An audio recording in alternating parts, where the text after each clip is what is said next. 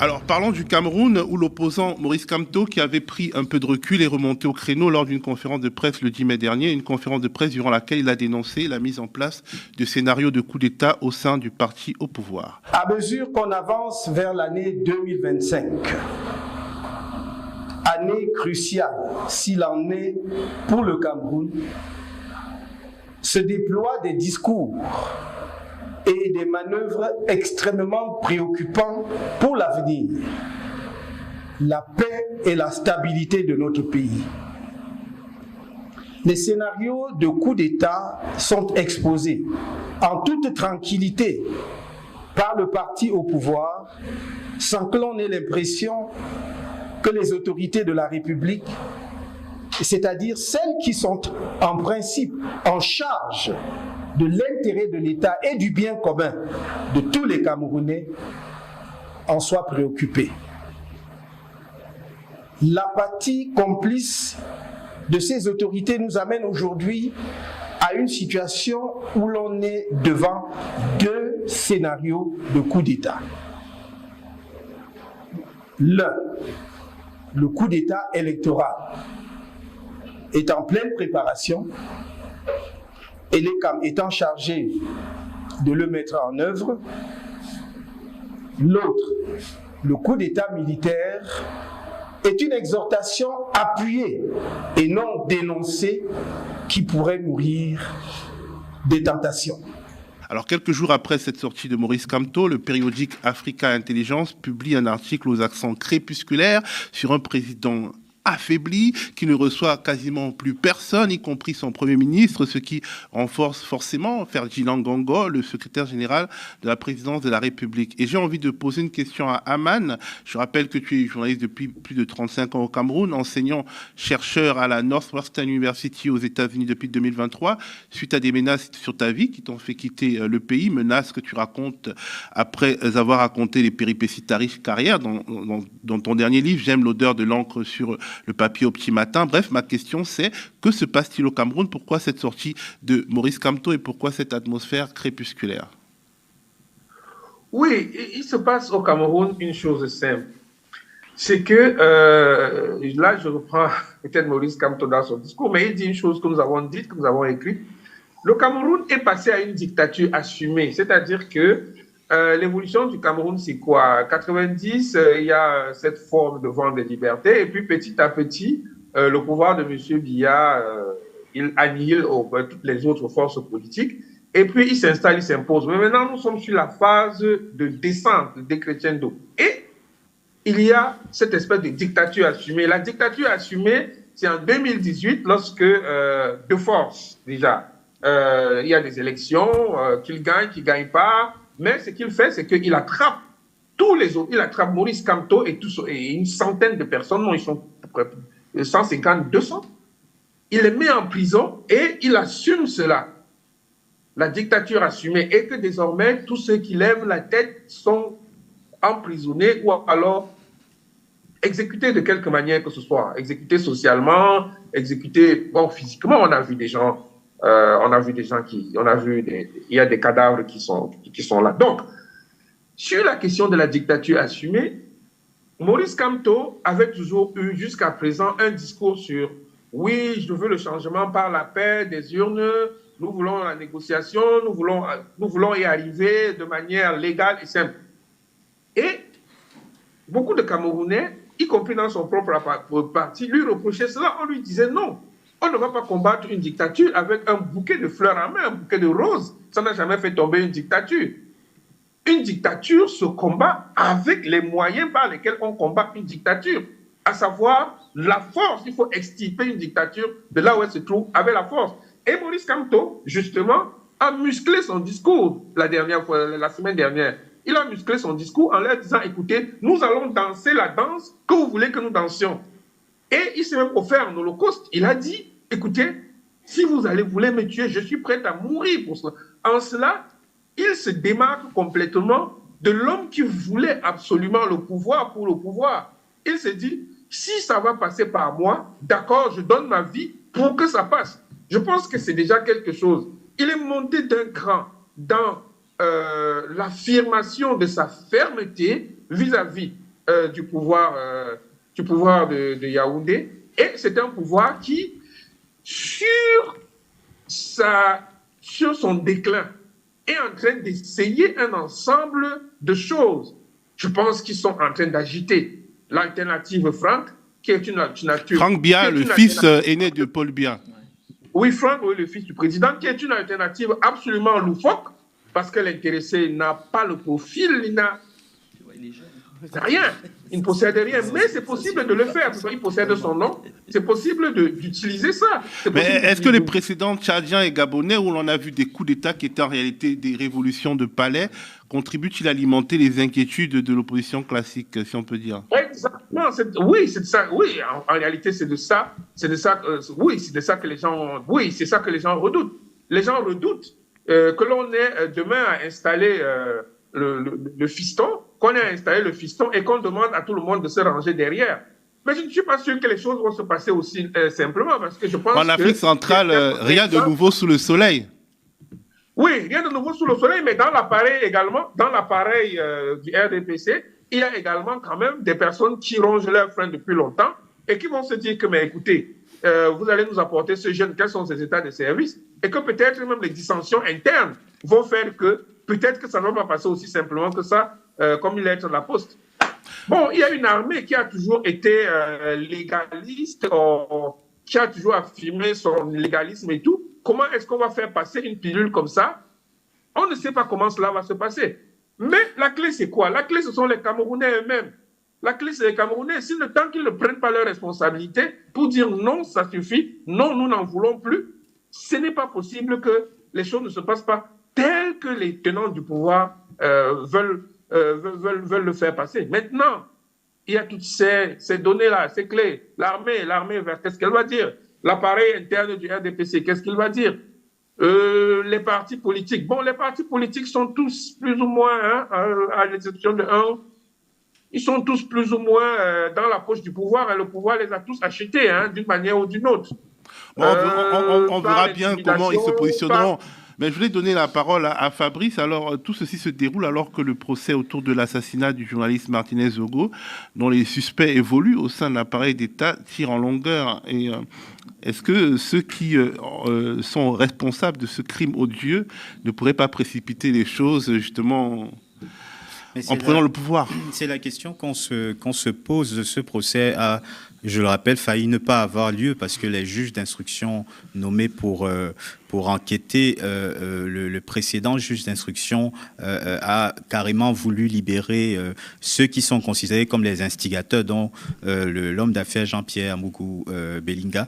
Mais justement, peut-être parce que c'est pas vers là que les pistes les plus... Mais justement, l'audience a commencé le mois dernier et il y a une situation assez exceptionnelle, c'est que les avocats qui représentent l'État, ni ceux qui représentent la partie civile n'arrivent à avoir le dossier d'instruction. C'est-à-dire que les sources déclarent que... Le dossier d'instruction est un secret d'État. Il y a des choses qui pourraient exploser à la figure de l'État au plus haut niveau, donc qu'il y aurait des manœuvres pour bloquer ce dossier d'instruction. Cette affaire, pour le coup, est assez symptomatique. Elle est explosive. Comment dire, des limites de ce pouvoir. On parlait de sclérose, de pouvoir scléroser tout à l'heure. Moi, je dirais, pour reprendre une déclaration de Macron il y a 2-3 ans à propos de l'État, de l'OTAN, que le Cameroun est un État en mort cérébrale. En état de mort cérébrale. C'est un pays en état de mort cérébrale. C'est-à-dire qu'on avance, mais il y a tellement de choses qui, en fait, sont en totale décrépitude. Il y a des problèmes de toutes sortes en termes de précarité, en termes d'accès à l'électricité, d'accès à des choses primaires. Il y a des problèmes d'insécurité. Électrique, il n'y a pas les moyens pour transporter l'électricité du barrage. Et dans les grandes villes, les coupures d'électricité sont monnaie courante. C'est vraiment quotidien et très courant. Donc aujourd'hui, il y a quand même une très grande lassitude, ce qui pousse beaucoup les gens à se mobiliser sur les réseaux sociaux en encourageant les Camerounais à aller s'inscrire sur les listes électorales.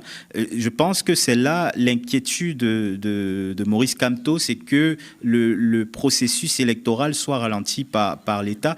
Et signalons quand même que quand il parle de coup d'État, il ne prétend pas que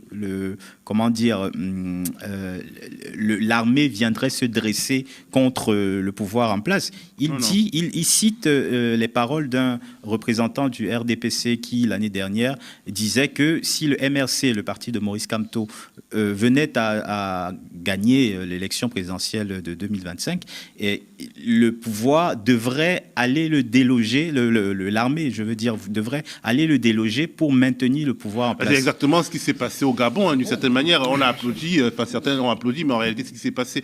Augustin, Maurice Kamto, qui dirige son parti, le MRC, et également la figure de proue de l'Alliance politique pour le changement. Il a critiqué une autre coalition de l'opposition, l'ATP, estimant qu'elle vient comme pour parasiter son travail. Bref, l'union de l'opposition n'est pas pour demain malgré les défis. Non, le problème, c'est que on parlait de la consistance et de la nature des organisations politiques. Bon, le problème est posé. Je veux dire que on est dans un pays où aujourd'hui l'offre politique est principalement une offre libérale qui perpétue le néocolonialisme. Il faut quand même bien le dire pour l'essentiel. Il y a peu d'organisations qui proposent la rupture avec ce système-là, à part l'UPC Manidem, je dois bien le dire, et peut-être quelques autres que je ne connais pas ou qui ne se sont pas encore vraiment manifestés. Le problème qui se pose, je pense aujourd'hui, c'est le fait de penser que dans le cadre du système électoral camerounais, on peut changer les choses. Je parle même de façon superficielle. On peut gagner les élections. Quelqu'un d'autre que le RDPC ou qui est dans la continuité du RDPC peut gagner les élections. Ça fait 40 ans que nous expérimentons le système électoral camerounais qui est totalement phagocyté par le parti État RDPC. Et évidemment, personne d'autre en dehors du parti État n'a jamais gagné les élections. Je rappelle quand même qu'en 92, et je dis, moi je m'inscris en faux dans l'idée, par rapport à l'idée que la dictature se révèle aujourd'hui. La dictature se révèle depuis fort longtemps. Je rappelle quand même que dès l'arrivée de Biya, il y a eu donc une tentative de coup d'État où les frères du Nord Cameroun ont été massacrés. On a massacré. C'était une chasse à l'homme dans les quartiers populaires, etc., où on a massacré plus de 1000 personnes, vraiment, à la machette. Bon, ça, 84. Biya venait d'arriver, 82, et Biya est arrivé en 82. Je rappelle qu'en 86, plein de nos camarades qui étaient dans l'agitation, la mobilisation politique, évidemment, dans la clandestinité, etc., on distribuait des tracts et ainsi de suite. Les réseaux ont été démantelés. On a arrêté je ne sais combien de nos camarades. C'était en 86.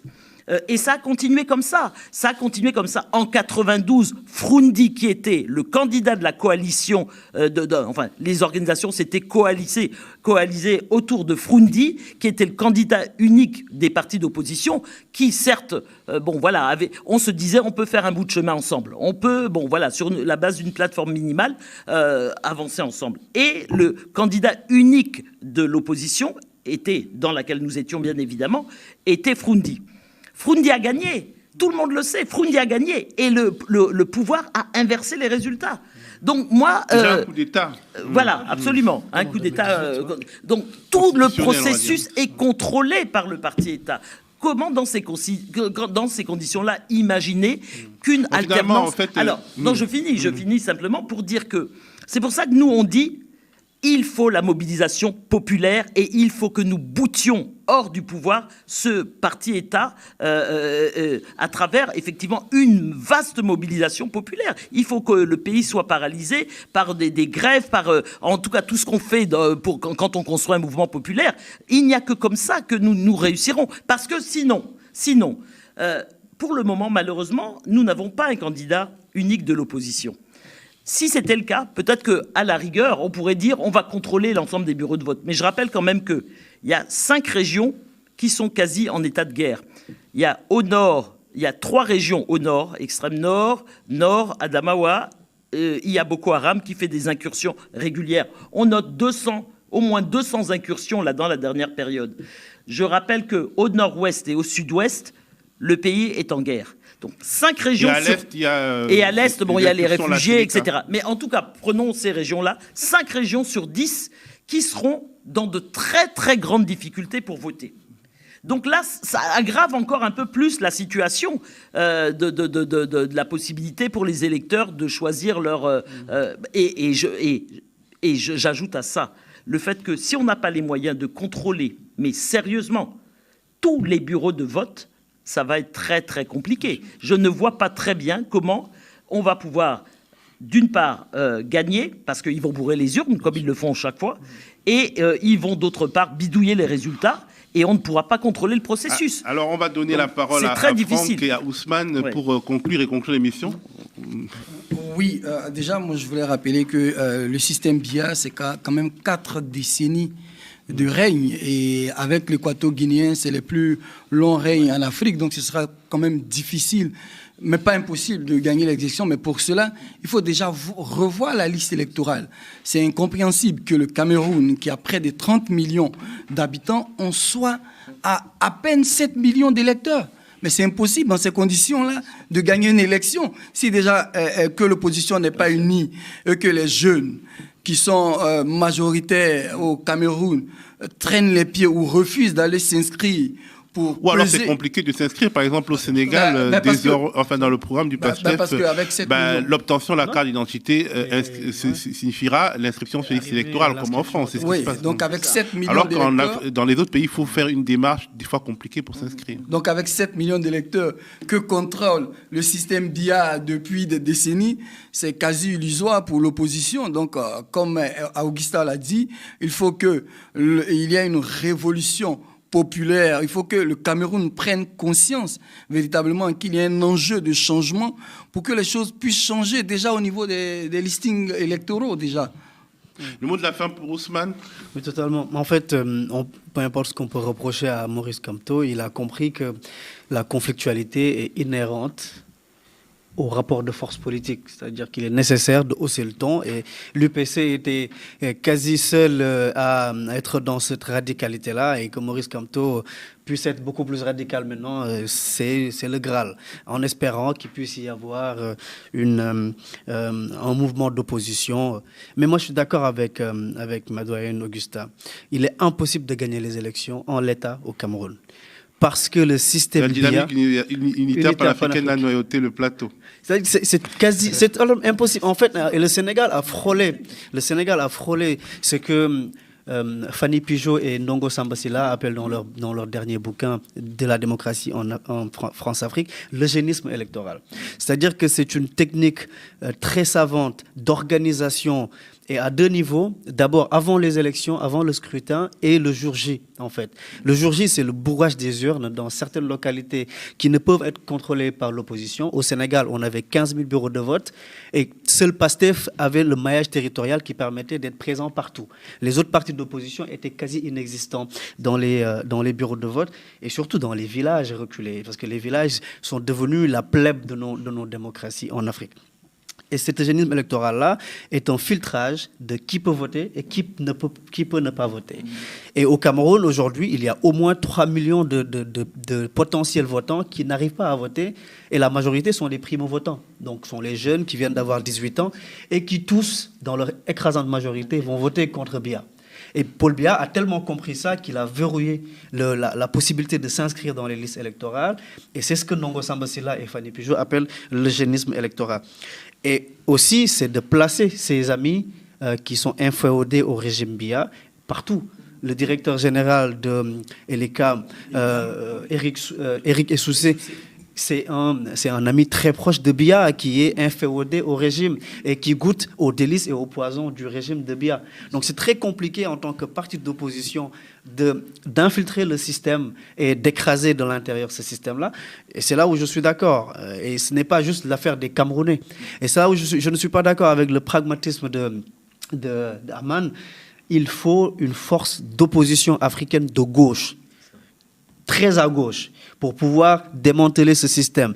Parce que ce système qui est expérimenté est bien sûr dictatorial, mais c'est aussi une férule néolibérale de Paul Biya, de Ouattara, de Macky Sall, etc. Et donc il faut une force d'opposition de gauche, l'UPC, le PASTEF, les partis de gauche en Côte d'Ivoire, au Gabon, etc., pour qu'on puisse créer ce qu'on a appelé ici une dynamique unitaire panafricaine, mais ça peut aller au-delà. Et ce n'est que la seule possibilité pour sortir de cette idiosyncrasie camerounaise et pouvoir bouter Biya hors des palais du Cameroun. Merci à vous, Fabrice, Franck, Ousmane, Augusta et Aman. Et merci à vous d'avoir regardé cette édition de Décrypter l'Afrique, le panel. Rendez-vous la semaine prochaine pour un nouveau balayage de l'actualité africaine.